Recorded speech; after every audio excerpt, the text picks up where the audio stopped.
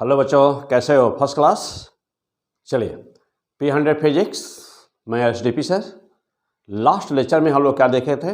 Last lecture में हम लोग देख रहे थे इंडक्टर कॉइल क्या होता है, कैसे होता है, वाटरलेस करंट क्या होती है। ओके, तो आप सब कुछ पढ़ चुके होंगे। चलिए, जहाँ तक हो गया ठीक उसके आगे तो हम लोग पढ़ रहे थे लास्ट में ना, हम लोग पढ़ रहे थे कि चोक कॉइल क्या होता है। बेटा पढ़ चुके हैं हम लोग। तो यह चोक कॉइल क्या होता है? लास्ट लाइन जो पिछले वीडियो की थी वह यही थी कि चोक कॉइल कैसा होता है। तो वह जस्ट चोक कॉइल एनालॉग है, यानी कि जस्ट कैसा है, किसके जैसा है, जो हम लोग रिहोस्टेट यूज करते हैं ना। तो लैब में जब आप प्रैक्टिकल करते होंगे, क्लास फर्स्ट ईयर में, सेकेंड ईयर में जब आप प्रैक्टिकल किए होंगे तो देखे होंगे कि एक ऐसे ही सिलिंड्रिकल टाइप का एक पाइप के जैसा होता है और वायर्स की उस पर वाइंडिंग लगी होती है। क्लियर? और उसको हम लोग वायर की वाइंडिंग लगी होती है और उसको हम लोग कहते हैं रिहोस्टेट। क्या बोलते हैं उसको? रिहोस्टेट। रिहोस्टेट का काम क्या है? इसको हम लोग RH से रिप्रेजेंट करते हैं। क्लियर? यानी कि कहीं पर भी यदि रेजिस्टेंस बना दिया जाए, ऐसे रेजिस्टेंस बना दें और उसको हम लोग इस पर एक एरो लगा दें, तो यह उसका सिंबल होता है रिहोस्टेट का। इसका काम क्या है?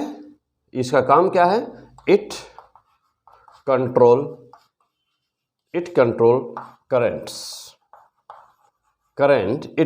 Current in circuit. इसका मात्र एक काम होता है कि यह करंट को कंट्रोल करने का काम करता है। लेकिन जब यह करंट को कंट्रोल कर रहा होता है तो चूंकि यह वायर है, उस पर एक स्लाइडर लगा होता है, तो स्लाइडर को आप आगे और पीछे खिसका करके आप करंट को कंट्रोल करते हैं।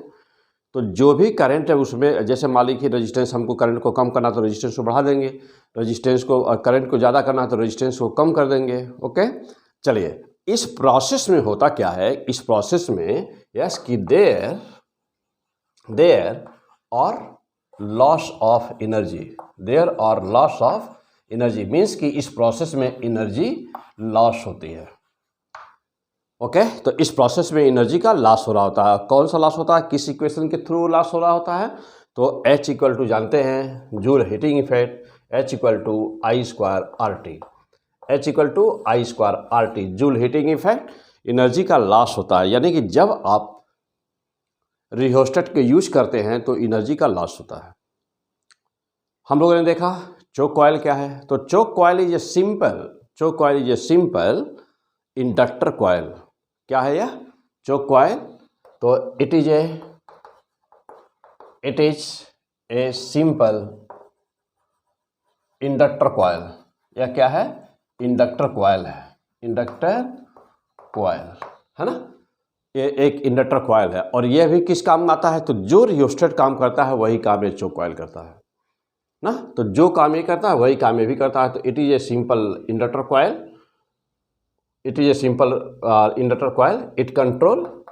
It control current in the circuit. अब इंडक्टर कॉइल का क्या वर्किंग है, कैसे काम करता है, पीछे हम लोग पढ़ चुके हैं लास्ट वीडियो में। इससे पीछे वाले वीडियो में सब कुछ बहुत गजब का पढ़ाया गया है। वहाँ पर बहुत अच्छी तरह से वहाँ सब कुछ एक्सप्लेन कर लिए, फिर डिफरेंस वगैरह क्या होते हैं सब कुछ वहाँ पर पीछे, ठीक है ना। तो यदि कहा जाए कि चोक कॉइल क्या होता है तो आप कहेंगे it is a simple inductor coil, it control current in the circuit. Just it is the analog of, तो एक लाइन और भी लिख सकते हैं आप, लिख दीजिए कि इट इज एनालॉग ना ऑफ किसका? Rheostat. It is analog of rheostat, यानी कि यह रिहोस्टेट के जैसा ही होता है। जैसे हमारा जो इलेक्ट्रिकल सर्किट में जैसे हमारा रिहोस्टेट होता है, ठीक वही काम ये करता है विदाउट। तो यह रिहोस्टेट का काम भी करता है और एनर्जी का लॉस भी नहीं होता। तो this is the use of the choke coil. Clear? चलिए अगला पॉइंट, नेक्स्ट। अब जो इंडक्टर कॉइल होता है, तो किसी भी इंडक्टर कॉइल को हम कब कहेंगे कि वह आइडियल इंडक्टर कॉइल है? जैसे कोई भी इंडक्टर कॉइल है मान लीजिए, तो हम कब कहेंगे कि वह आइडियल इंडक्टर कॉइल है ना क्वेश्चन? तो क्या कहेंगे आप किसी भी कॉइल को आप आइडियल इंडक्टर कॉइल कब कहिएगा? तो चलिए, तो when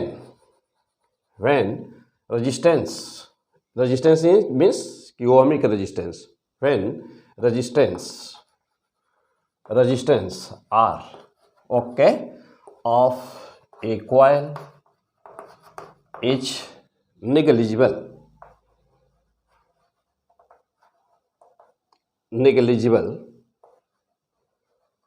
then it is called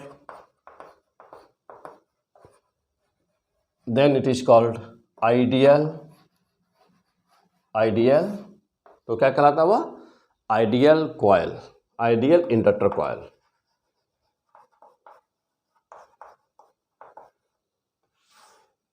क्या कहलाएगा? आइडियल इंडक्टर कॉइल, यानी कि जब उसका रेजिस्टेंस ना हो, उसमें ओहमिक रेजिस्टेंस ना हो।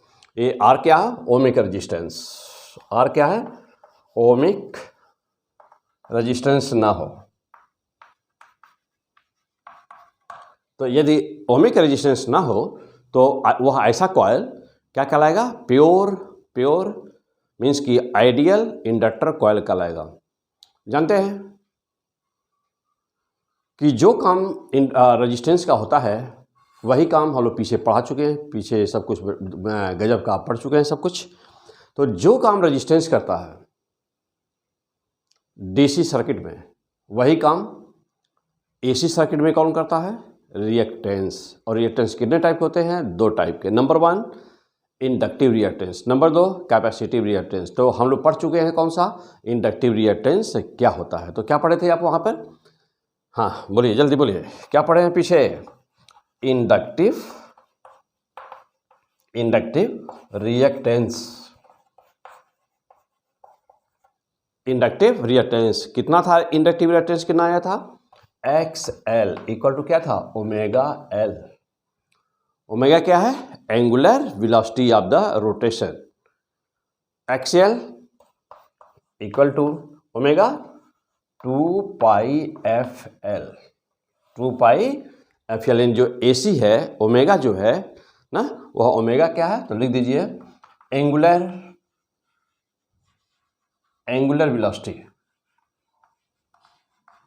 Velocity of armature coil.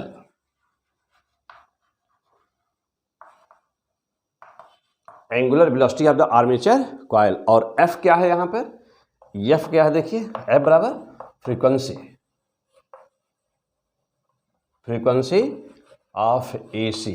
पढ़ चुके हैं सब? हाँ, पीछे सब कुछ बता चुका हूँ। इसका मतलब ये हुआ कि यदि कोई इंडक्टर कॉइल है और हम उसको DC पे लगा दें तो क्या होगा? तो ऑलरेडी हैज बीन डिस्कस्ड, पढ़ चुके हैं हम लोग इस बात को पीछे वाले वीडियो में। क्या होगा? जल्दी बोलिए, वहाँ पे क्या बनेगा? क्या होगा? यदि इंडक्टर कॉइल को हम DC पे अप्लाई करें, DC लगा दें तो क्या होगा वहाँ पर? हाँ देखिए क्या होगा, बस एक लाइन देखिए, DC है ना। तो अभी देखा आपने कि XL बराबर क्या था?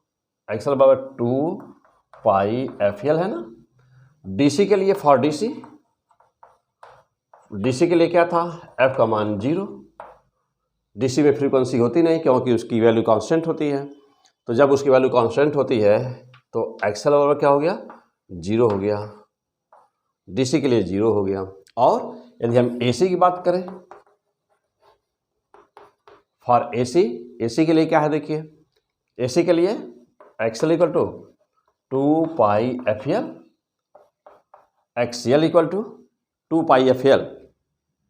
ठीक, अब 2 पाई EF means 50, L means L। तो XL बराबर कितना हो गया? 100 पाई L हो गया। या XL equal to 100 pi 314 L हो गया ना। यूनिट क्या रहेगी? वही ओम। L क्या है? इंडक्टेंस। क्लियर? यानी कि इंडक्टर कॉइल को हम लोग देख रहे हैं कि inductor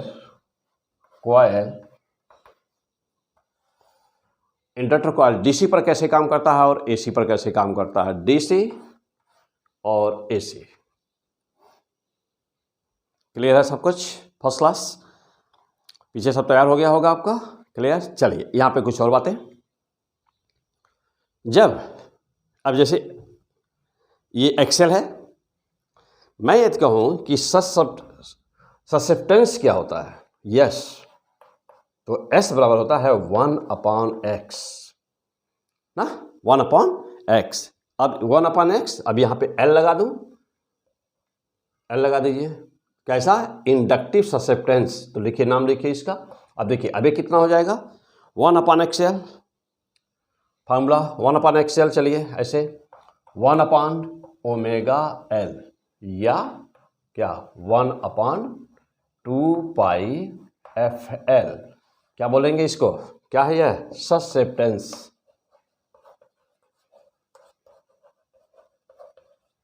right the point, susceptance SL क्या हुआ? This is so much. अब इसकी यूनिट क्या होगी ससेप्टेंस की? देख रहे हैं कि 1/XL है, यानी कि 1/ओमेगा, omega inverse, unit equal to omega inverse, यानी इसी को आप कहेंगे मो, MHO। ओके, मो भी बोलते हैं इसको बेटा। ओके, तो this is the susceptance. What do you mean by the susceptance? आपको डिफाइन करना हो एक लाइन की ससेप्टेंस क्या होता है, तो कैसे डिफाइन करोगे? It is the inverse of the reactance. चूंकि रिएक्टेंस दो टाइप का होता है, इसलिए हमारा ससेप्टेंस भी दो टाइप का होगा। तो यह कौन वाला है? इंडक्टर वाला ना, इंडक्टिव ससेप्टेंस। क्लियर? चलिए, तो बेटा चुक कॉइल क्या होता है आप ये समझ गए। पीछे हम लोग वहाँ जहाँ समाप्त किए थे, ठीक हम वहाँ से स्टार्ट कर रहे हैं हम लोग, जहाँ पर पिछला वीडियो जहाँ पर रुका हुआ था, जहाँ पर रोका गया था, ठीक वहाँ से हम लोग आगे शुरू कर रहे हैं। ठीक है, चलिए और आगे। अब है हम लोग का टॉपिक ना, अब है हम लोग का टॉपिक कि working of capacitor on AC and DC। Okay, working of capacitor on AC and DC।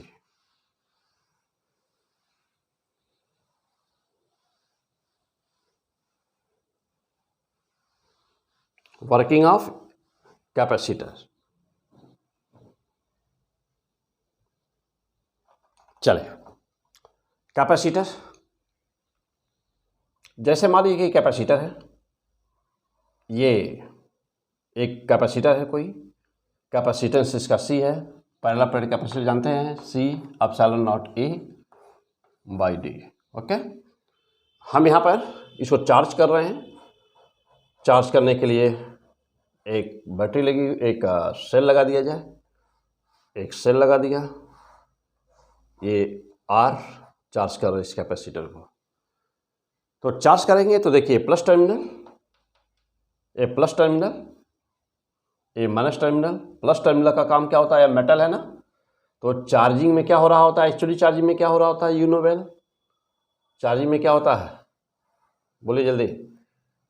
Charging में क्या हो रहा होता है कि जब हम बैटरी का काम क्या है, सेल का काम क्या है? तो सेल का काम होता है, सेल कुछ देता नहीं है, सेल लेता है। बैटरी लेती है, क्या लेती है? इलेक्ट्रॉन को खींच लेती है, अपने अंदर इलेक्ट्रॉन को खींचती है। क्लियर? कैसे? अब देखिए ये प्लस टर्मिनल है ना, तो जो बैटरी की जो प्लेट प्लस है, पॉजिटिव है, पॉजिटिव होने का सेंस ही क्या है? क्यों पॉजिटिव है? इसलिए पॉजिटिव है क्योंकि इलेक्ट्रॉन की कमी है। तो जिस प्लेट पर, जिस मेटल पर, किसी भी मेटल पर जब इलेक्ट्रॉन की कमी होती है तो वह पॉजिटिव होता है, और जब इलेक्ट्रॉन की अधिकता होती है तो वह नेगेटिव होता है।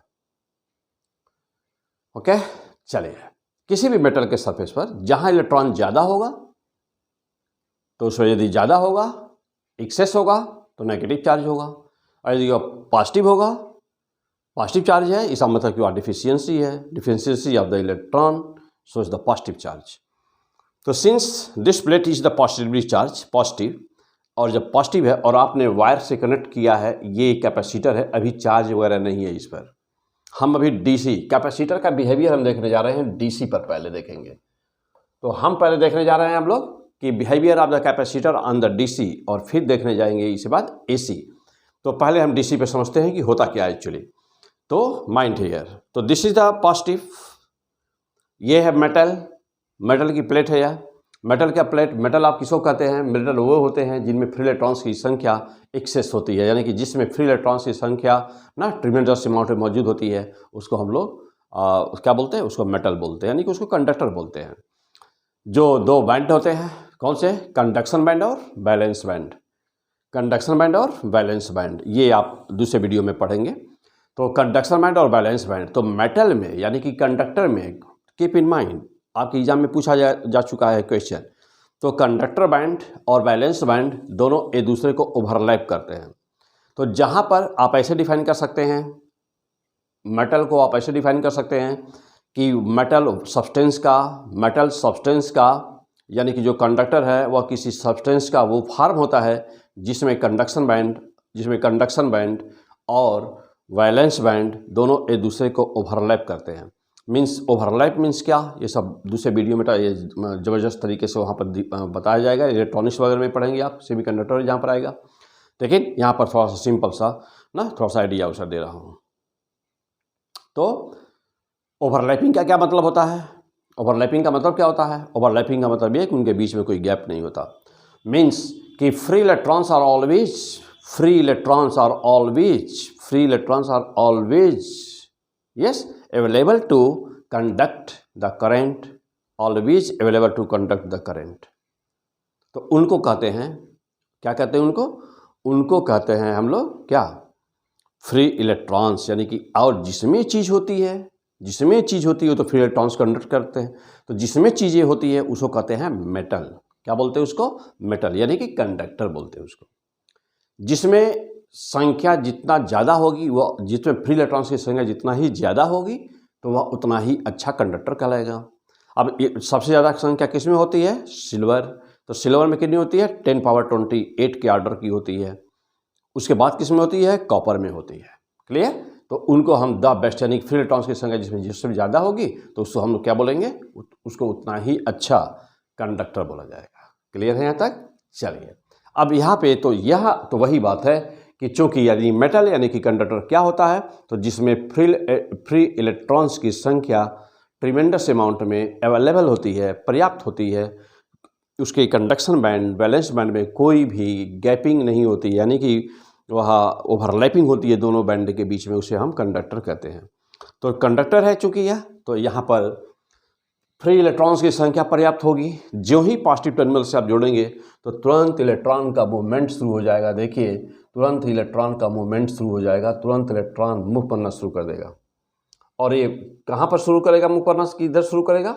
यहाँ पर शुरू कर देगा, यानी यहाँ पर कम है ना, तो यहाँ पर आना शुरू होगा, इलेक्ट्रॉन इधर आना शुरू होगा। अब जब इलेक्ट्रॉन इधर आना शुरू होगा, उसके बाद क्या होगा? जो ही एक इलेक्ट्रॉन इस मेटल में से निकलेगा तो एक जानते हैं कि किसी भी एटम में जितने प्रोटॉन्स होते हैं उतने ही उसमें इलेक्ट्रॉन्स भी होते हैं। ओके, तो एक इलेक्ट्रॉन यदि किसी मेटल के सरफेस से आप निकाल देंगे तो एक प्लस चार्ज आ गया कि नहीं आ गया? आ गया ना। क्यों आ गया एक प्लस चार्ज? क्योंकि एक जो प्रोटॉन की संख्या और इलेक्ट्रॉन की संख्या दोनों जब बराबर होती है तो वह सरफेस न्यूट्रल होता है, क्योंकि जितना प्लस चार्ज उतना ही माइनस चार्ज, तो वह न्यूट्रल होता है। और जो ही एक इलेक्ट्रॉन वहाँ से हटेगा तो प्लस वाला ज़्यादा हो गया, तो एक इलेक्ट्रॉन के हटने से एक प्लस चार्ज डेवलप हो गया। तो अब इस पर देखिए, एक प्लस चार्ज डेवलप हो गया, दूसरा निकला, 2 हो गया, तीसरा, चौथा, 5वां, 10वां, 20वां, लाखवां, करोड़वां, अरबवां, खरबवां, ऐसे ही एक एक इलेक्ट्रॉन्स निकलते गए और चार्ज बढ़ता गया। आप एक वीडियो में पीछे पढ़े होंगे कि एक वीडियो होगी वहाँ कैपेसिटर, तो कैपेसिटर की चार्जिंग ऑफ कैपेसिटर, वहाँ पर जाकर के इस टॉपिक को बहुत ही अच्छी तरह से वहाँ पर आप पढ़ सकते हैं। चलिए, ओके, कम ऑन। तो this becomes positively charge and then what will happen here? So since this is the positive charge and just in front of this at the some small distance there is another metal, and you know that कि कभी भी यदि किसी भी charge body के पास जब आप दूसरी मेटल की बॉडी लेकर के जाते हैं तो इलेक्ट्रोस्टैटिक इंडक्शन प्रोसेस एग्जिस्ट करता है। और तुरंत ही क्या करेगा, ये पॉजिटिव चार्ज है तो ये अपोजिट चार्ज डेवलप कर देगा। ओके, यह कैपेसिटर वाले वीडियो में बहुत ही ज़बरदस्त वहाँ पर है, और कुछ एक्स्ट्रा चीज़ें हैं तो जाकर वहाँ पर अच्छी तरह से आप उसको पढ़ लेंगे। ठीक है, अच्छा फिलहाल अभी क्या हुआ यहाँ पर देखिए, तो ये पॉजिटिव चार्ज है। अब जो ही आप कोई भी मेटल लेकर के जाएंगे इसके पास में, जो ही आप मेटल को लेकर के जाएंगे इसके पास में, तो just electrostatic induction process and equal and opposite charge will develop just in front of the surface, in front body, okay, on the in front body। तो इस पर तुरंत उतना ही माइनस चार्ज डेवलप हो गया ना। अब ये क्या होता है, कैसे होता है, स्क्रीनिंग इफेक्ट यहाँ पर क्या होती है ना, अब ये सब पीछे वीडियो में है तो आप वहाँ पर जाकर के अच्छी तरह से वहाँ पर पढ़ लेंगे। हाँ, कैपेसिटर के बाहर कोई चार्जिंग नहीं होती, यहाँ पर कोई चार्ज नहीं होता, Q बराबर 0, इधर भी Q बराबर 0 होता है, बाहर कोई चार्ज नहीं होता, बाहर के साइड में कोई चार्ज नहीं होता, कोई इलेक्ट्रिक फील्ड नहीं होती, E बराबर 0, यहाँ पर भी E बराबर 0। तो यदि हम दूसरा चार्ज कोई रख दें कैपेसिटर के बगल में ना, तो हम कहें कि यहाँ पर फोर्स कितना होता है, तो आप कहेंगे force equal to 0, force equal to 0, यानी कि कैपेसिटर के ऊपर या कैपेसिटर के अगल बगल में कहीं पर भी कोई भी चार्ज यदि रख दिया जाए तो उसके ऊपर कोई फोर्स नहीं लगता। तो बाहर चार्ज 0, बाहर कैपेसिटर के बाहर चार्ज 0, इलेक्ट्रिक फील्ड 0 और फोर्स 0। तो this is the capacitor, working of the capacitor on the DC. यानी कि हुआ क्या देखिए, आप जानते हैं कि ज्यों ही ये पॉजिटिव हुआ होगा तो तुरंत करंट की दिशा किधर से किधर हुई होगी, तुरंत करंट आई फ्लो कर गया होगा ना, तुरंत आई फ्लो कर गया होगा। लेकिन चूंकि सर्किट कंप्लीट नहीं है तो उससे क्या हुआ, सर्किट कंप्लीट रहे या ना रहे, इलेक्ट्रॉन तो फ्लो कर रहा है ना। तो जब इलेक्ट्रॉन फ्लो किया तो करंट फ्लो कर गई, लेकिन इससे करंट बाईपास कैसे होगी, यानी कि इससे करंट कैसे जाएगी। तो एक अच्छा कैपेसिटर हमेशा काम क्या करता है, एक अच्छा कैपेसिटर हमेशा डीसी के लिए इनफाइनाइट रेजिस्टेंस प्रोड्यूस करता है। फिर से बोलिए, एक अच्छा मीन्स आइडियल। तो एक आइडियल कैपेसिटर क्या करेगा, एक आइडियल कैपेसिटर डीसी के लिए इनफाइनाइट रेजिस्टेंस प्रोड्यूस करता है। मैं आपसे पूछूं, मैं यदि आपसे कहूं कि एक capacitor produces resistance for DC 0, infinite, 1/ωc या 1 ωc, then what will be the answer, tick मारिए, then what is the answer, infinite, not 0, this is the infinite. तो आप किस पे मारेंगे निशान, तो एन, हाँ लिखिए, an ideal capacitor produces infinite resistance for DC. और यही रीजन है कि अंदर से करंट फ्लो नहीं करती, इसलिए I बिकम्स 0, मीन्स कि I करंट फ्लो नहीं करती। यही रीजन है कि क्यों करने डीसी के अंदर से करंट क्यों नहीं फ्लो करती। क्लियर हो गया। चलिए अब जा देखिए, यहाँ पर क्या होगा, ये नेगेटिव है, ये टर्मिनल देख रहे हैं ना, ये टर्मिनल नेगेटिव है, यहाँ तो इलेक्ट्रॉन की कमी है ही नहीं, इलेक्ट्रॉन की कमी यहाँ देख रहे हैं ना, इलेक्ट्रॉन की कमी यहाँ है ही नहीं। क्यों, क्योंकि बाहर कोई चार्ज है ही नहीं, बाहर ना प्लस है ना माइनस है, इलेक्ट्रॉन की कोई कमी नहीं है। रिजल्ट क्या होता है, रिजल्ट ये होता है कि यहाँ से इलेक्ट्रॉन्स क्या इधर मूव करेंगे, नो, मूव करने की उनको कोई ज़रूरत नहीं होती है, इलेक्ट्रॉन्स इधर से उधर मूव नहीं करते हैं। तो इस साइड में करंट का फ्लो कैसे होता है, तो केवल कहीं पर भी जब कैपेसिटर होता है तो ये इलेक्ट्रॉन यहाँ से इधर आते हैं, करंट इधर से इधर जाती है, क्लियर, करंट इधर से इधर जाती है। अब बात रही है कि इसके बाद इसका क्या होगा, तो ये जो पोटेंशियल है V, इसका डीसी पोटेंशियल ना, यह पोटेंशियल इन दोनों के बीच में इस रेजिस्टेंस के, जब भी किसी भी कैपेसिटर की चार्जिंग और डिस्चार्जिंग ना, किसी भी कैपेसिटर की चार्जिंग और डिस्चार्जिंग हमेशा किसी न किसी रेजिस्टेंस के क्रॉस ही की जाती है। किसी कैपेसिटर को हम डायरेक्ट बिना रेजिस्टेंस के नहीं जोड़ सकते दोनों प्लेटों को। अभी वही क्वेश्चन पूछा गया था अभी इस साल ना, नीट में आपका वही क्वेश्चन आया था, पहला ही क्वेश्चन था। और आपको पता है कि वह क्वेश्चन कम से कम 50 बार आपको टेस्ट में भी आया था, और वही एज इट इज़ वही न्यूमेरिकल जो पूछा, पहला ही पेपर का, आपके पेपर का पहला ही क्वेश्चन हम लोग के टेस्ट का भी क्वेश्चन पहला ही था। तो इस तरह से सिमेट्री होती है, जो ब्लैक बोर्ड पर लिखा जाता है वही आपके नीट में आता है, वही आपके IIT में आएगा। क्लियर? फिर आप तो यहाँ पर हाँ हम लोग बात कर रहे थे, तो इसके ऊपर पोटेंशियल कितना लगा हुआ है, तो इसके ऊपर पोटेंशियल लगा हुआ है V, यानी कि जो यहाँ पर आप पोटेंशियल डिफरेंस लगाए हुए हैं ये इसके ऊपर पोटेंशियल लगा हुआ है V। अब सवाल ये हुआ कि इधर क्या होगा, तो ड्यू टू, अब इधर आप जानते हैं पीछे पड़े हुए हैं कि ड्यू टू स्क्रीनिंग इफेक्ट, यहाँ से इलेक्ट्रॉन चूंकि यहाँ पर ज़्यादा है लेकिन यहाँ पर इलेक्ट्रॉन की कमी नहीं है। जब इलेक्ट्रॉन की यहाँ पर कमी नहीं है तो इलेक्ट्रॉन वहाँ पर जाएगा कि नहीं जाएगा, सवाल ये होता है ना। तो आप पढ़े हैं स्क्रीनिंग इफेक्ट, और आप जानते हैं कि स्क्रीनिंग इफेक्ट में अर्थिंग आप कैपेसिटर का क्यों किए थे, याद आ रहा है ना। तो पीछे वीडियो में जाके देखना होगा कि स्क्रीनिंग इफेक्ट अर्थिंग यानी कि ग्राउंड से एक वायर क्यों जोड़े थे, अर्थिंग क्यों किया गया था। उस अर्थिंग के कारण ये पूरा जो है इलेक्ट्रॉन यहाँ से फ्लो करेगा, मूव करेगा, लेकिन ट्रांसफ़र नहीं हो सकता है, इसी जगह भी नहीं है। तो स्क्रीनिंग इफेक्ट के कारण ये जो करंट की डायरेक्शन होती है, करंट इलेक्ट्रॉन जब इधर जाएगा, स्क्रीनिंग इफेक्ट के कारण इलेक्ट्रॉन जब इधर मूव करेगा तो करंट इधर मूव करेगी I। और हम कहते हैं क्या कहते हैं, हमें कहते हैं कि ये चार्ज हो रहा है ना, देखिए ये चार्ज हो रहा है, तो करंट बाहर, अब ये क्या करंट अंदर से पास कर सकती है? नो, करंट पास नहीं कर सकती, करंट पास नहीं कर सकती। तो अब यहाँ पर हुआ क्या है, एक्चुअली केवल यहाँ पर एक इलेक्ट्रिक फील्ड क्रिएट हुई है, इलेक्ट्रिक फील्ड क्रिएट हुई है।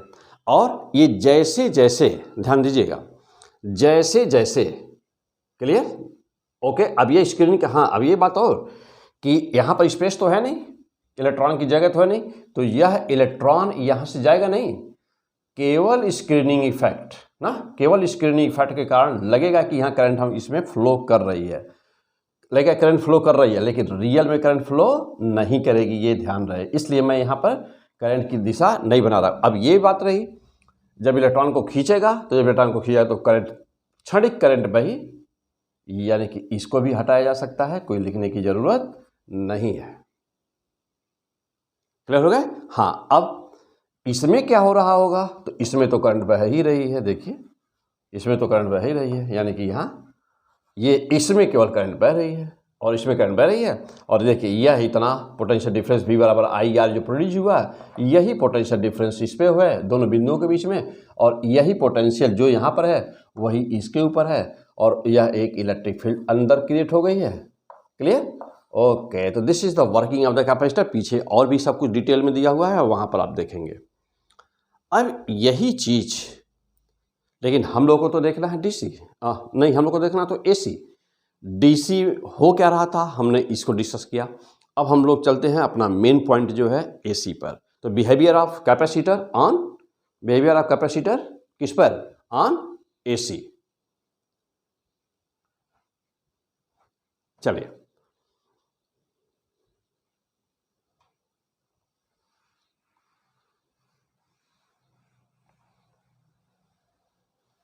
अब AC पर जब देखा जाए तो इसने क्या किया, DC को, देखिए भाई कैपेसिटर ने क्या किया, तो आप सीधा कहेंगे कि कैपेसिटर ने एक्चुअली किया क्या। तो एक लाइन देखिए सीधे कि कैपेसिटर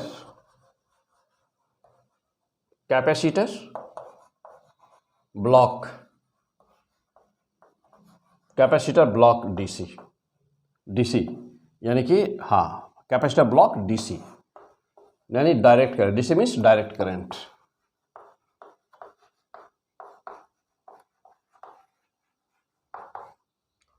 बोलिए, कैपेसिटर ने क्या किया, कैपेसिटर ब्लॉक DC करंट को ब्लॉक कर देता, अपने अंदर से बहने देता है, क्योंकि इनफाइनाइट रेजिस्टेंस है, और इसलिए I का मान क्या हो गया, 0। जो इलेक्ट्रॉन का ट्रांसफर हो रहा था उससे केवल क्षणिक करंट बहती है। जब इलेक्ट्रॉन का ट्रांसफर हो जाता है, वो भी जब इलेक्ट्रॉन आता है तो करंट बहेगी। सिंपल सी बात है कि कहीं पर भी इलेक्ट्रॉन आ रहा है तो करंट फ्लो करेगी। लेकिन सर्किट कंप्लीट नहीं है, इनफाइनाइट रेजिस्टेंस, आई बराबर 0 हो जाएगा, आई बराबर 0 हो जाएगा। ओके, फिलहाल आगे बढ़िए। अब ये है हम लोग का कैपेसिटर ब्लॉक डीसी। तो सीधे सीधे शब्दों में आप लिखेंगे, फाइनल आंसर क्या मारेंगे, इतना डिस्कस करने की यहाँ पर जरूरत नहीं पड़ेगी आपको। तो आप फाइनल आंसर क्या मारेंगे कि कैपेसिटर डीसी को बहने नहीं देता। कैपेसिटर डीसी करंट को यानी कि डायरेक्ट करंट यानी कि बैटरी वाले करंट को क्या करता है, स्टॉप कर देता है। क्यों? क्योंकि इनफाइनाइट रेजिस्टेंस लगाता है।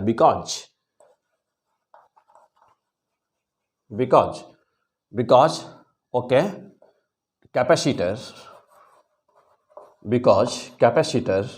offers infinite resistance in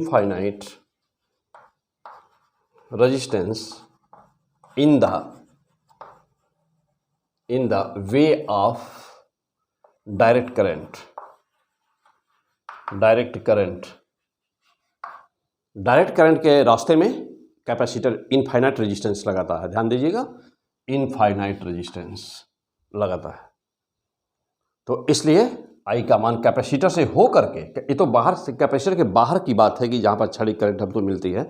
तो कैपेसिटर के अंदर आई बराबर 0 inside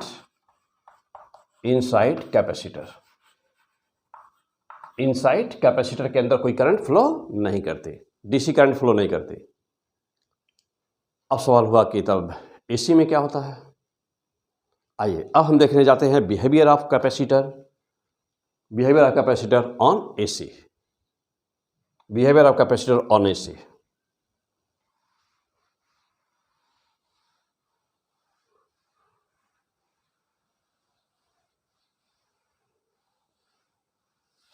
behaviour of capacitor on AC. चलिए देखा जाए। अब ठीक वैसे ही जैसे हम लोग प्रूफ किए थे इंडक्टर कॉइल, वैसे ही ठीक यहाँ पर कैपेसिटर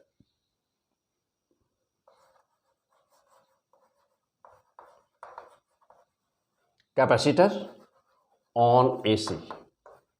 सारी चीज़ें सब कुछ हम लोग निकालने जा रहे हैं, एसी पर इसका हम लोग बिहेवियर देखने जा रहे हैं। चलिए ले लिया जाए, एक कैपेसिटर ले लिया जाए।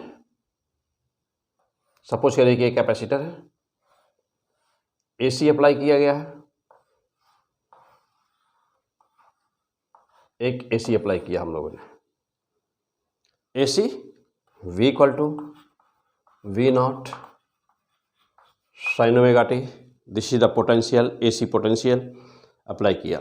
C है, होगा क्या, इसके बिहेवियर को हम लोग जानते हैं कि एसी कैसा होता है, पीछे आप पढ़ चुके होंगे। तो कोई भी एपिसोड पढ़ने के लिए पीछे के सारे एपिसोड को अवश्य पढ़ डालिएगा, ठीक है ना। अचानक बीच में पढ़ने से कोई फायदा नहीं होगा। किसी भी चैप्टर का नाम एकदम सिस्टमेटिक होगा, एक ही जगह सारे चैप्टर होंगे, मैक्सिमम चैप्टर जो होंगे इस समय जो आ रहे होंगे वो सब एक जगह होंगे। तो पहला दूसरा तीसरा चौथा ना पहले पढ़ते सिस्टमेटिक पढ़ते जाइए, स्टेप बाय स्टेप। क्या पढ़ रहे हैं, कैपेसिटर, P100 फिजिक्स मैं STP सर, क्लियर, ओके। चलिए आ जाइए। तो V equal to V0 sin omega t. अब तो जानते हैं कि यह ऑल्टरनेटिंग पोटेंशियल है, तो इसका अल्टरनेटिंग पोटेंशियल का बिहेवियर आप जानते हैं। इसका शेप कैसा होता है, साइन कर, इसी को बोलते हैं साइन कर, जानते हैं। This is the time second में। चलिए अब ये जो पीक है यह एम्पलीट्यूड को शो करता है ना, थोड़ा छोटा लग रहा है ये, देखिए। तो ये दोनों बराबर होते हैं दोनों साइड में, इसी को आप क्या कहते हैं, इसको कहेंगे आप क्या, -V0। इधर क्या बोलेंगे आप, इसको +V0 मीन्स का पीक पोटेंशियल। ये एक साइकिल होती है यहाँ तक ना, ये पूरा एक टाइम पीरियड होता है T। यहाँ पर पता है आपको कितना होता है, 3T/4। ये कितना होता है, T/2। ये कितना होता है, T/4 होता है। ओके, ये सब पता है आपको। चलिए एक बार देखिए, अब इसका चूंकि नेचर कैसा है, देखिए एक बार ये प्लस है, फिर देख रहे हैं माइनस, उतना ही माइनस है, यानी कि एक बार यह प्लेट प्लस होगी। तो जब प्लस होगी, ध्यान दीजिएगा, एक बार ये प्लेट प्लस होगी। जो ही ये प्लेट, जब ये प्लस प्लेट थी तो सामने वाली प्लेट तो माइनस हो जाएगी। हो गया। अच्छा, अब ज्यों ही अगला साइकिल देखिए, अब ये साइकिल इसके ऊपर आएगा तो तुरंत अब यह प्लेट माइनस हो जानी है। ये प्लेट माइनस हो गई, जो ये प्लेट माइनस हुई तो ये प्लेट प्लस हो गई। और साइकिल कितनी होती है एसी की? एसी की फ्रीक्वेंसी चूंकि आपको पता है कि एफ बराबर कितनी होती है, F equal to 50 hertz, F equal to 50 hertz. तो यह एक सेकंड में 50 बार इस तरह से हो रहा है। मीन्स कि एक सेकंड में, देखिए एक सेकंड में 100 टाइम्स, एक सेकंड में 50 बार ये प्लस हो रहा है और 50 बार ए प्लस हो रहा है। 50 टाइम्स ये, 50 टाइम्स ये, यानी कि एक सेकंड में ये 50 बार प्लस हुआ, 50 बार माइनस हुआ, और एक सेकंड में यह 50 बार प्लस हुआ और 50 बार माइनस हुआ। रिजल्ट क्या होगा? जो अभी डीसी में बिहेवियर आपने देखा था कि एक प्लेट हमेशा परमानेंट प्लस हो गई थी, दूसरी प्लेट उसके सामने वाली हमेशा परमानेंट माइनस हो गई थी, तो एक इलेक्ट्रिक फील्ड क्रिएट हो जाता था। तो कैपेसिटर डीसी पर कैसे वर्क कर रहा था। यहाँ क्या हुआ? यहाँ न ही प्लस हो रहा है वह, न ही माइनस। बार बार पोलारिटी चेंज होने के कारण कोई भी प्लेट उसकी परमानेंट प्लस नहीं है, कोई भी प्लेट उसकी परमानेंट माइनस नहीं है। परिणाम क्या होगा? यह कैपेसिटर चार्ज नहीं हो पाएगा, यानी कि पोटेंशियल इसका इस पे डेवलप नहीं हो पाएगा। तो पोटेंशियल यानी कि हुआ क्या? Potential will not develop, potential develop हो नहीं पाया। लेकिन करंट का क्या हुआ? जो प्लस रही तो वही जो बताया था अभी बताया था, इंस्टेंटेनियस करंट। तो तुरंत ही जो ही ये प्लस होगा, इंस्टेंटेनियस करंट इसमें आई एम्पीयर होगी एम्पीयर, और इसमें भी ठीक वैसे ही इसमें भी आई एम्पीयर होगी, यानी कि यहाँ पर भी आई एम्पीयर होगी दोनों साइड में, क्योंकि यह भी प्लस हो रहा है। तो ये भी प्लस हो रहा है और ये भी प्लस, इंस्टेंटेनियस करंट एम्पीयर हुई। मतलब क्या निकला? अच्छा, चार्जिंग में क्या होने लगा? चार्जिंग में विरोध होने लगा। चार्जिंग मीन्स क्या? कि दोनों प्लेटों के बीच में पोटेंशियल डिफरेंस का प्रोडक्शन, यानी कि प्रोड्यूस होना, उसका उत्पन्न होना परमानेंटली, वो बात हो नहीं पाई। तो साफ दिख रहा है। क्या साफ दिख रहा है? जैसे इंडक्टर में हमने प्रूफ किया था डिटेल, ठीक वैसे ही अभी यहाँ भी प्रूफ करके दिखा रहा हूँ आपको। तो अब क्या हुआ? ये तो नहीं की, लेकिन पहले पूरी एनालिसिस इसका क्या, क्यों, कैसे, P100 फिजिक्स, क्या, क्यों, कैसे। परिणाम क्या हुआ? करंट फ्लो कर रही है। ऐसा लग रहा है, देखिए ऐसा लग रहा है ना, क्या ऐसा लग रहा है कि प्लस टर्मिनल है, यानी कि करंट आ रही है, जा रही है, आ रही है, ऐसा लग रहा है कि करंट परमानेंट बह रही है। Very interesting. डीसी ब्लॉक हो गई, एसी परमानेंट बह रही है कैपेसिटर में। परिणाम क्या हुआ? हाँ, अब आप कहेंगे कि सर इसका क्या हुआ? यहाँ तो इनफाइनाइट रेजिस्टेंस था, तो इनफाइनाइट रेजिस्टेंस किसके लिए था? इनफाइनाइट रेजिस्टेंस को डीसी के लिए था ना, नॉट फॉर एसी के लिए नहीं है। अभी हम प्रूफ करेंगे, देखिएगा। तो एसी के लिए तो है नहीं, तो वह ओनली फॉर डीसी था वह। अब परिणाम क्या हुआ? देखिए, तो पोटेंशियल विल नॉट डेवलप, यानी पोटेंशियल डेवलप नहीं हो पाएगा। मीन्स वह कभी भी अपने पीक पर नहीं पहुंच पाएगा, वह चार्ज नहीं हो पाएगा, अपने पीक पे नहीं पहुंच पाएगा, पोटेंशियल डेवलप होगा ही नहीं वहाँ पर। लेकिन करंट बहती रहेगी। तो आप कहेंगे क्या है? आप क्या कहेंगे तब? इस एनालिसिस के बाद आप क्या कहेंगे? कहेंगे आप कि कैपेसिटर, देखिए ऐसे लिखिए, आप एक लाइन लिखिए, most important, capacitor bypass, line लिखिए, कैपेसिटर बाईपास।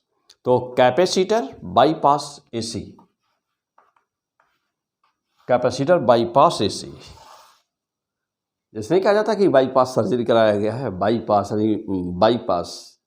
जैसा लोग कहते हैं कि बाईपास वाले रोड से निकल गए हैं कहीं जाना होता है लंबा, मान लो ना, तो कहते हैं ना कि अरे बाईपास वाले से निकले हैं, तो वही बाईपास मीन्स किसी किनारे से निकल गए। तो यहाँ पर बाईपास का सेंस क्या है कि यहाँ पर ना इससे नहीं फ्लो हुआ फिर भी करंट बह गई, बाईपास हो गई। तो कहते हैं कि कैपेसिटर बाईपास एसी, अंडरलाइन करिए इस लाइन को रेड पेन से, कि capacitor bypass AC but it block DC. तो कैपेसिटर का मेन काम क्या हुआ? कैपेसिटर का मेन काम क्या हुआ कि यह एसी को, कैपेसिटर का मेन काम क्या हुआ कि यह एसी को क्या करता है? कैपेसिटर एसी को क्या किया? बाईपास किया। तो capacitor bypass AC but it block DC, DC को ब्लॉक कर देता है। क्लियर हो गया? चलिए अब इसके हम जाते हैं देखने। तो हाँ, अब ये बात तो बहुत साफ है, क्लियर है। क्या क्लियर है? कि करंट इसमें साफ दिख रहा है कि पोटेंशियल पिछड़ गया, वो अपने पीक पे पहुंच ही नहीं पाया, लेकिन करंट बह रही है। तो सिंपल सी बात निकली, निष्कर्ष निकला, डिसीजन क्या निकला कि current becomes ahead, current becomes ahead than voltage, current becomes ahead than voltage, यानी कि करंट आगे हो गई, वोल्टेज पिछड़ गया, पीछे हो गया। अब इसको यदि मैं इक्वेशन लिखूं, इसका कैसे इसको रिप्रेजेंट किया जाए, तो चलिए देखिए कैसे रिप्रेजेंट किया जाए। तब इसको कैसे रिप्रेजेंट किया जाए, इसको देखिए। माइट, अब कहा गया कि हम वोल्टेज हम लोग कितना लिए थे? V equal to V0 sine omega t, ये लिए हुए थे वोल्टेज, एसी वोल्टेज। करंट आगे है ना, करंट आगे है। अब सवाल है कि कितना आगे है, तो मैं अभी प्रूफ करूंगा। π/2 आगे है। तो वहाँ पर इंडक्टर कॉइल में क्या था? इंडक्टर कॉइल में करंट पीछे थी π/2 से, और यहाँ पर कि फेज डिफरेंस दोनों के बीच π/2 आता है हमेशा। तो इसमें भी, कैपेसिटर में भी π/2 ही आएगा। कैसे, अभी मैं प्रूव करके दिखाऊंगा आपको। लेकिन तो वहाँ पर करंट π/2 से पीछे थी, यहाँ करंट π/2 से आगे है कैपेसिटर में। तो I बराबर देखिए, चलिए I बराबर I0 साइन क्या omega T, I equal to I0 sine omega T, और क्या प्लस π/2 आगे है ना, plus π/2। Okay, this will be the equation. क्या इसको हम किसी और तरीके से नोट रिप्रेजेंट कर सकते हैं? हाँ, कर सकते हैं। कैसे कर सकते हैं? देखिए, या तो मैं कहूं कि करंट आगे है, या तो मैं कहूं कि करंट आगे है, या तो मैं कहूं कि वोल्टेज पीछे है। हो जाएगा ना?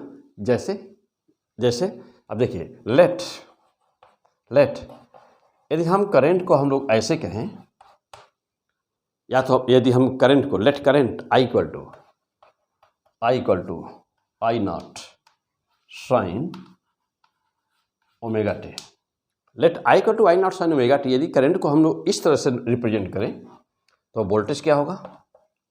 तो वोल्टेज क्या होगा? V बराबर क्या होगा? जल्दी बोलिए। करंट जब इतना ले लिया तो इसे वोल्टेज पीछे दिखाना पड़ेगा। तो V0 sine omega T minus π/2। तो दिस इज द, तो you can represent current and voltage both like this. तो चाहे ऐसे रिप्रेजेंट करें, चाहे ऐसे लिखें, दोनों चीज़ें एक ही है, दोनों चीज़ें एक ही है। या तो मैं कहूँ करंट आगे है, या तो मैं कहूँ कि वोल्टेज पीछे है। दोनों बात तो बराबर है। अब बात रही कि अब इसका, हाँ, अब मेन बात रही बेटा, ये हो गया, नोट कर लिया यहाँ पर सब लोग, जल्दी करिए, फास्ट, वेरी फास्ट। क्या, क्यों, कैसे, पूरे फिजिक्स में बिल्कुल मैं जीरो से स्टार्ट करता हूँ चीज़ों को, और उस लेवल पर पहुँचाता हूँ कि जहाँ पर आपको उससे आगे पढ़ने की ज़रूरत नहीं है। क्यों? क्योंकि या तो हमको बोर्ड देना है, बोर्ड एग्जामिनेशन, इंडिया के किसी भी स्टेट का बोर्ड हो, या ISC या CBSE बोर्ड देना आपको ना, ISC बोर्ड या CBSE बोर्ड देना आपको ना। तो यहाँ पर सब कुछ 100% NCERT की आपको मिल रही है, 100% NCERT और प्लस और क्लियर। चलिए अब क्या है, इसके बाद क्या है, तो या तो जैसे तो जीरो से हम लोग बिल्कुल स्टार्ट करते हैं, एकदम हम जीरो से बिल्कुल स्टार्ट करते हैं और आपको उस लेवल पर पहुंचाते हैं कि जहां से आगे फिजिक्स की ज़रूरत नहीं पड़ती। किसके लिए नहीं पड़ती उसके आगे फिजिक्स की जरूरत, उसे उसके आगे जरूरत पड़ेगी उनको रिसर्च करना हो फिजिक्स में। क्यों? क्योंकि या तो हमको IIT देना है एग्ज़ाम आपको, नहीं तो फिर नीट देना है, नहीं तो बोर्ड का एग्जामिनेशन बोर्ड एग्ज़ाम देना है। तो 3 चीज़ों को मेन टारगेट रखा जाता है। अब उसके अलावा NDA वगैरह में बच्चे बैठते हैं तो वो भी अपना जम करके पढ़ सकते हैं फिजिक्स यहाँ पर ना, क्योंकि सिलेबस तो वही है, सब कुछ तो वही है। ठीक, तो बिल्कुल यदि आप जीरो जानते हैं फिजिक्स तो नो प्रॉब्लम, ईमानदारी से पहले नंबर के वीडियो से सारे वीडियो अच्छी तरह से पढ़ाई करिए और केवल पढ़ करके देखिए कि 1 हफ्ता 10 दिन 15 दिन कोई भी चैप्टर पढ़ने के बाद में आपकी फिजिक्स कहाँ से कहाँ पहुँच जाती है। क्लियर? हाँ, फिलहाल आइए कम ऑन द पॉइंट। तो हम लोग अभी देख रहे हैं, अभी हाँ नोट कर लिया इसको, चलिए नोट कर लिए होंगे, हटा दूँ मैं इसको।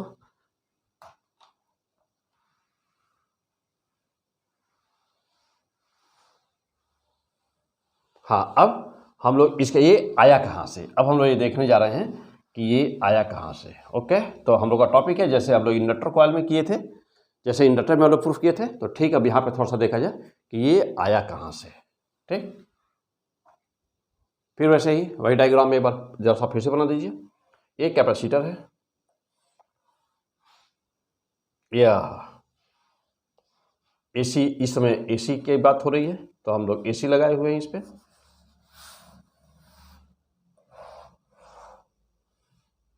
AC, ये कैपेसिटर है C, V equal to V naught sine omega t. ये है हम लोगों का AC वोल्टेज जो हम लोगों ने इसके ऊपर अप्लाई किया हुआ है। चलिए यहाँ पर जो वोल्टेज है वो कितना होगा, सपोज करिए कि यहाँ पर चार्ज डेवलप हुआ Q, कैपेसिटी इसकी कितनी है, कैपेसिटेंस इसका कितना है C, और वोल्टेज कितना डेवलप हुआ V। ये बताइए कि लॉ ऑफ कंजर्वेशन से ठीक जैसे पीछे हम लोग इंडक्टर कॉइल में प्रूफ किए हुए हैं, ठीक वैसे ही यहाँ पर भी लॉ ऑफ कंजर्वेशन से देखा जाए तो कभी भी यहाँ का जो वोल्टेज है V ना, इससे ज़्यादा नहीं हो सकता। तो इस पर जो मैक्सिमम वोल्टेज हो सकता है वो कितना हो सकता है, इसके बराबर हो सकता है, यही हो सकता है, वेरी सिंपल। मतलब कि according to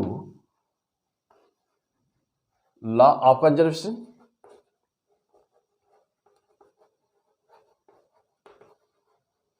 according to law of the conservation क्या हो सकता है, देखिए V equal to V naught sine omega t, ये हो सकता है दोनों आपस में बराबर होंगे। This potential will be equal to this potential.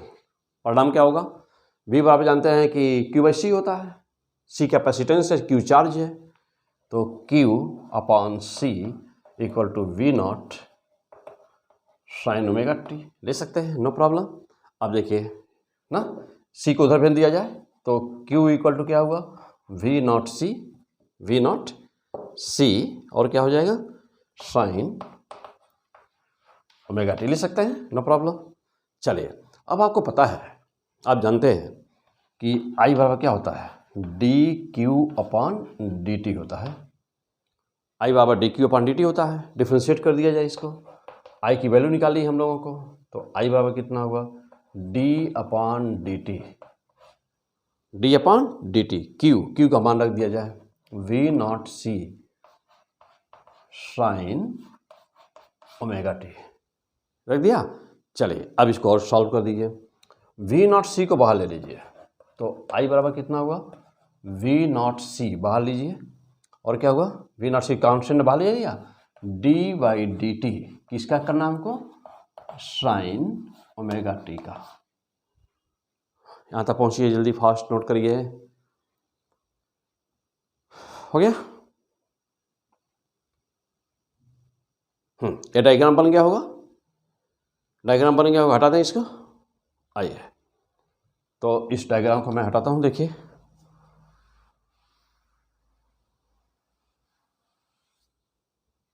अब क्या हुआ, और आगे बढ़िए। तो देखिए अब यहाँ से इधर देखिए, I की वैल्यू निकाल ली थी हम लोगों को, आई बराबर कितना मिला हम लोगों को? मिला हम लोगों को वी नॉट सी, हाँ अभी देखिए डी बाई डी टी है ना, डिफ्रेंशिएट कर दीजिए उसको, साइन ओमेगा टी का cos omega T, sign omega T का कॉस ओमेगा टी, और जानते हैं कि यह जो कांस्टेंट है 1 हो जाता है ना, तो साइन ओमेगा टी का कॉस ओमेगा टी इंटू 1/ओमेगा। इंटीग्रेशन जब होता है तो ओमेगा इंटीग्रेशन में ओमेगा ना, ये डिफ्रेंशिएट है बेटा, तो इंटू ओमेगा। क्लियर? तो यह जब डिफ्रेंशिएट करते हैं तो ओमेगा से मल्टीप्लिकेशन होता है, जब इंटीग्रेट करते हैं तो ओमेगा से, हाँ ओमेगा कांस्टेंट 1/ओमेगा होता है बेटा। चलिए तो अब कितना मिला देखिए, तो आई बराबर वी नॉट सी ओमेगा, और यहाँ पे क्या आया? कॉस ओमेगा टी आ गया। चूँकि हमको इससे जो हमारी ये करंट आ रही है, और हमारा जो इक्वेशन नंबर फर्स्ट था यहाँ पर, इक्वेशन नंबर फर्स्ट जो पहला इक्वेशन था हमारा, यानी कि जो अप्लाइड वोल्टेज था हमारा, हमको उससे साइन से इसका कंपेयर करना है, हमको इसको साइन के फॉर्म में बदल देना है। चलिए बदल के चेक किया जाए क्या होगा, बदल दिया जाए, चलिए हाँ बदल दीजिए। तो वी नॉट सी ओमेगा, आई का मान है वी नॉट सी ओमेगा। अब यहाँ पे क्या आ रहा है बेटा? काश, तो हम लोग लिख सकते हैं इसको साइन ओमेगा टी प्लस π/2 ले सकते हैं। देखिए तो π/2 ले सकते हैं। हाँ, अब यहाँ पे क्या हुआ, हम इसको आई के फॉर्म में लिखना चाह रहे हैं, इसको आई के फॉर्म में लिख सकते हैं। यदि ऐसे लिख दूँ तो कोई दिक्कत है क्या? 1/, देखिएगा ओमेगा सी लिख दूँ, बात तो वही रही, ये रिवर्स होके जा करके फिर मल्टीप्लिकेशन बन जाएगा, बात तो वही रही। तो ऐसे भी हम लोग इसको लिख सकते हैं ना, साइन ओमेगा टी प्लस π/2 हो गया। अब जा देखिए, अब ये किसकी जगह है? ये है किसकी जगह है? ये जगह किसकी है? आई है। और हम लोग जानते हैं कि आई का स्टैंडर्ड इक्वेशन क्या होता है? आई बराबर क्या होता है? I equal to I naught sine omega T. This is the standard equation of the I, यानी कि ये जो जगह है पूरी, यह जगह आई नॉट की है। जगह वो किसकी है? क्या पढ़ रहे हो? क्या पढ़ रहे हो? फिजिक्स, उसका प्रूफ ना, capacitor how capacitor works on AC and DC। Clear?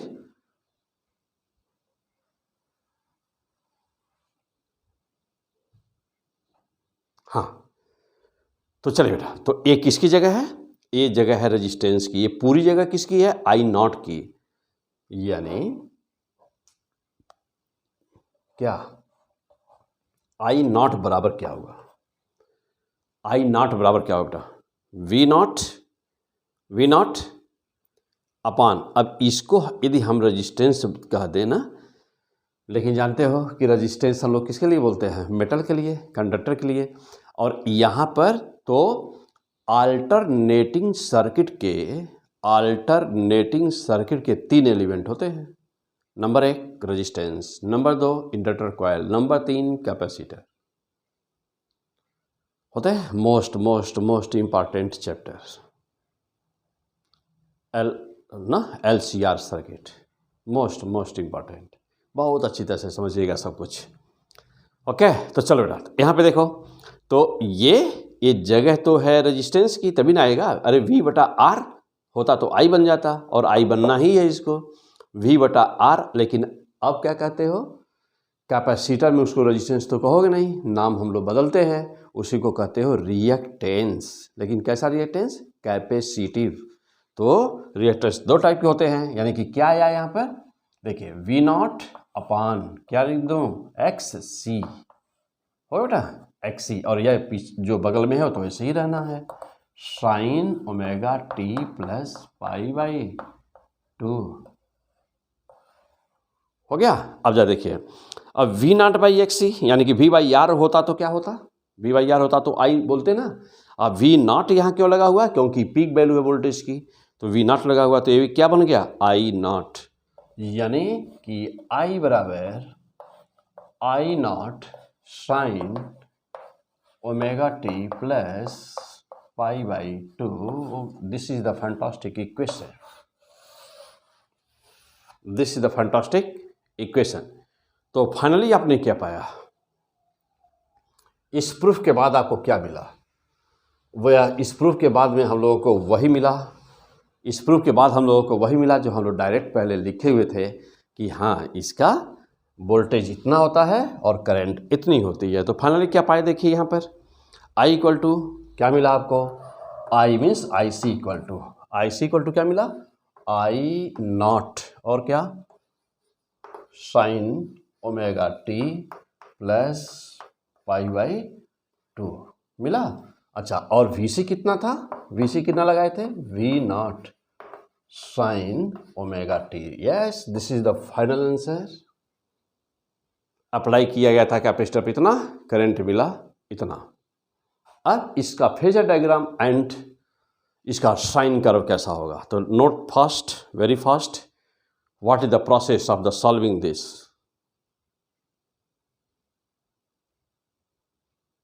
हो गया होगा, चलिए अब इसको हमको दिखाना हम लोगों को फेजर डायग्राम और साइन कर्व पर दो तरह से।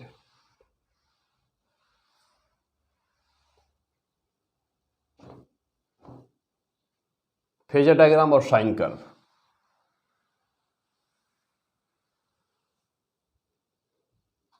फेजर डायग्राम, चलिए टॉपिक क्या था हम लोग का, कैपेसिटर, कैपेसिटर ऑन किस पर, एसी। चले तो फेजर डायग्राम क्या बना इसका,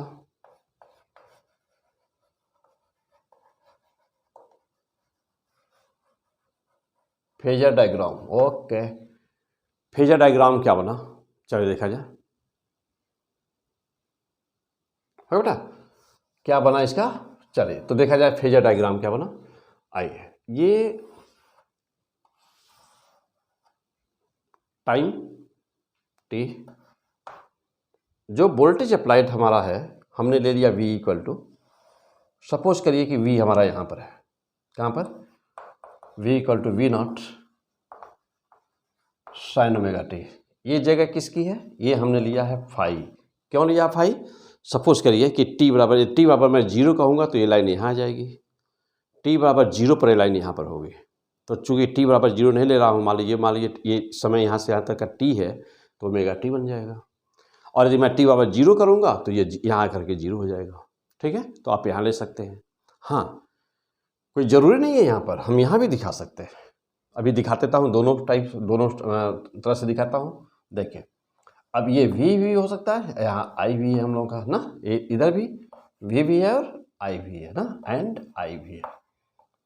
क्लियर, चलिए अब I कहाँ पर है हमारा, I हमारा कहाँ पर, पाई बाई 2 का फेज डिफरेंस है ना, पाई बाई 2 का फेज डिफरेंस है, तो I कहाँ पर होगा, तो पॉजिटिव में ही होगा। देखिए, तो this will be the I यहाँ ले सकते हैं। दोनों के बीच का एक एंगल कितना, पाई बाई 2। इसके अलावा और कैसे दिखा सकते हैं, देखिए ऐसे दिखाइए, कोई दिक्कत नहीं। देखिए यहाँ पर ये टाइम टी है, टाइम टी इस एक्सिस पर, ये हमारा I है, नो ये हम लोग वोल्टेज ले लें, I आगे हम लोग का ना। देखिए, तो ये हम लोग का वोल्टेज है V, यानी कि VC है। तो ये देखिए, ये क्या ले सकते हैं हम लोग, IC, एंगल कितना, देखिए ये हो गया एंगल कितना, 90 डिग्री। ऐसे दिखा सकते हैं, तो दोनों ले सकते हैं, कोई देखिए VC यदि यहाँ है तो IC यहाँ पर लेंगे। फिर डिफरेंस पॉजिटिव में होगा, पाई बाई 2। ऐसे भी दिखा सकते हैं, वैसे भी दिखा सकते हैं। अब इसका साइन कर्व देखिए कैसे होगा, साइन कर्व पे कैसे दिखाएंगे। सपोज करिए कि ये वोल्टेज है, सपोज करिए कि ये वोल्टेज है V,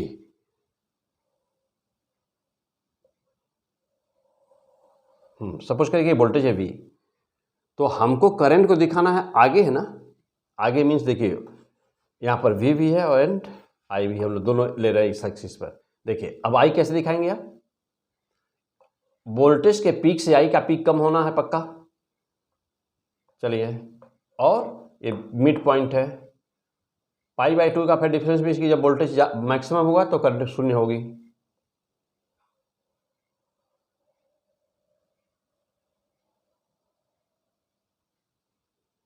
क्लियर है, देखिए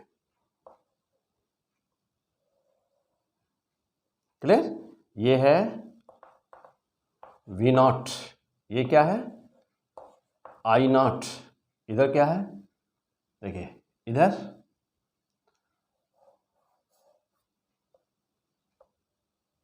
थोड़ा कम रहेगा ना, इसका पीक उससे पीक से कम रहेगा, तो ये है -V0, ये क्या है -I0। ओके, तो दोनों के बीच का फेज डिफरेंस देखिए डेल्टा फाई बराबर π/2 है। अब यहाँ पर कहेंगे आप कि V कौन सा है, V ये आपका V है, V = V0 sin ωt, clear.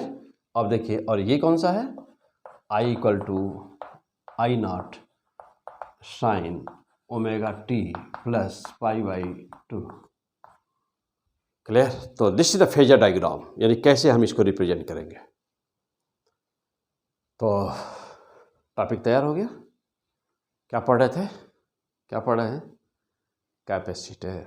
हाँ, कैपेसिटर का बिहेवियर डीसी पर कैसे कैपेसिटर काम करता है और एसी पर कैसे काम करता है और डीसी पर कैसे काम करता है। तैयार हो गया मेन टॉपिक, आ जाइए अब फटाफट और आगे बढ़ते हैं। देखिए अब जो XC आया हम लोगों का ना, XC रिएक्टेंस, कैपेसिटिव रिएक्टेंस हम लोगों को जो मिला है अभी अभी, तो जैसा उसको लिखा जाए कैपेसिटिव रिएक्टेंस।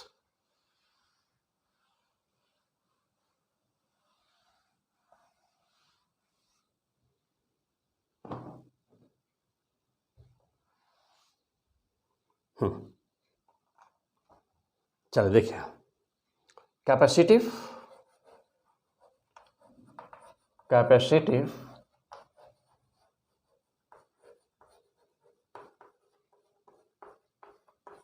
क्या पाए हम लोग, XC = 1/ωc पाए ना, ये है कैपेसिटिव रिएक्टेंस। जबकि एक्सल क्या पाए थे हम लोग, इंडक्टिव वाले में कितना पाए थे, XL = ωL। हाँ पीछे सब डिस्कस है तो फिर उसको नहीं लेता हूँ यहाँ पर। XC = so much जानते हो, सिंस ओमेगा बराबर होता है 2πfL, ठीक। चलिए वैल्यू रखिए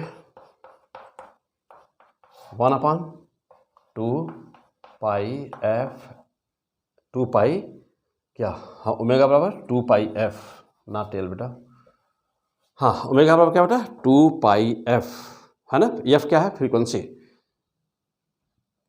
2πf, और यहाँ पर क्या है C × C। Okay, this is the क्या यूनिट क्या होगी, ओम। हाँ ये भी ओम ही है बेटा, ओम इसकी यूनिट है। अब ससेप्टेंस क्या होगा, तो कैपेसिटिव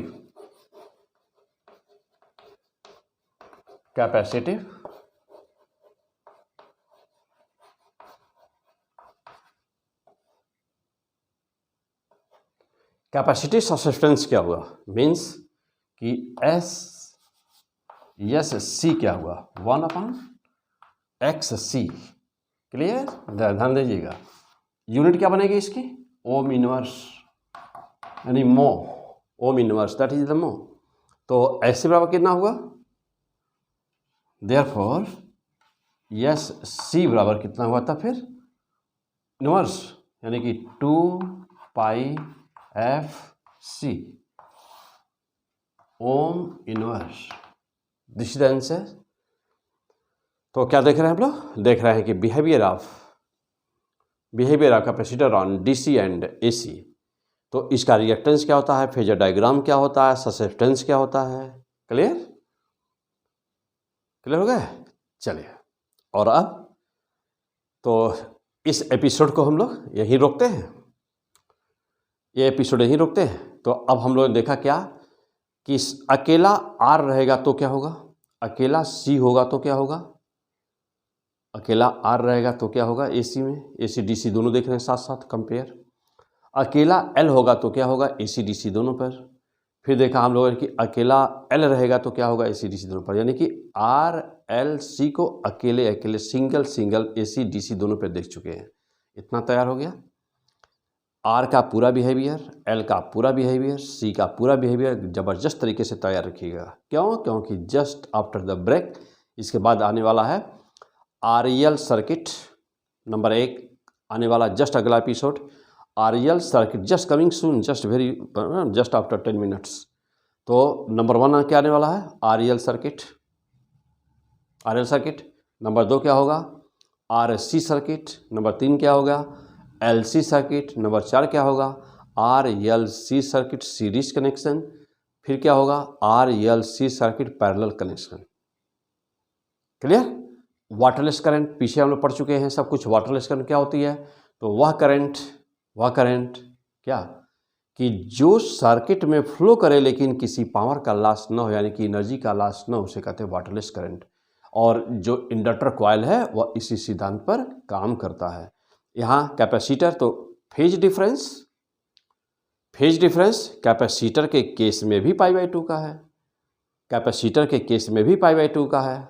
और हाँ, ये बात तो हम लोग, एक टॉपिक तो अभी हम लोग का और है ना पावर। ओके, हाँ देखिए अभी याद आ गया। तो पावर, तो अब वही बात हम डिस्कस करते हैं हम लोग कि फेज डिफरेंस वहाँ पर भी π/2 का था और यहाँ पर भी π/2 का फेज डिफरेंस है।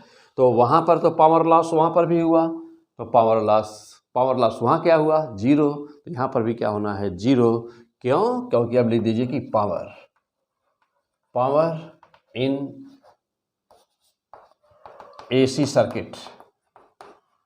तो आप पीछे प्रूफ कर चुका हूँ पावर लॉस, पावर बराबर क्या होता है, तो हम लोग पीछे पढ़ चुके हैं। क्या होता है जल्दी बोलिए, VRMS इंटू IRMS इंटू, जल्दी बोलिए, इंटू क्या, इंटू कॉस थीटा। अब जहाँ पर कॉस थीटा को क्या कहते हैं, कॉस थीटा बराबर पावर फैक्टर कहते हैं ना, पावर फैक्टर कहते हैं, यानी कि cos फाई कह सकते हैं आप इसको, cos फाई। वही थीटा बराबर क्या है हम लोग का, वही फाई, यानी कि डेल्टा फाई है ना। अब जैसा देखिए, तो इसमें जो डेल्टा फाई आया है वो कितना आया है, डेल्टा फाई हम लोग का कितना आया है, डेल्टा फाई आया है हम लोगों का 90 डिग्री। तो आया है यहाँ पर 90 degree. What will happen here in this case, क्या बना यहाँ पर। हाँ, अब इसी क्वेश्चन को आप और कैसे लिख सकते हैं, लाइन नोट जैसा लिख दीजिएगा।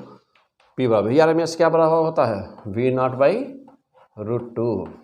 IRMS किसके बराबर होता है I0/√2 इंटू क्या, इंटू cos थीटा या cos डेल्टा फाई लिख सकते हैं आप ना। अच्छा, अब ये √2 करते हैं, कितना हो जाएगा 1/2 V0 I0 और क्या cos डेल्टा फाई। क्लियर? चलिए, अब यहाँ पर क्या हुआ फिलहाल, तो अब हम लोग का आंसर कितना आया इस केस में, हम लोग का डेल्टा फाई का मान कितना आया है। चलिए यहाँ पर लिख देता हूँ। तो delta phi, since delta phi आया π/2, तो देयरफॉर पावर कितना हो गया, तो पावर इक्वल टू हो गया हाउ मच, तो P बराबर कितना हुआ हाफ V0 I0 इंटू क्या cos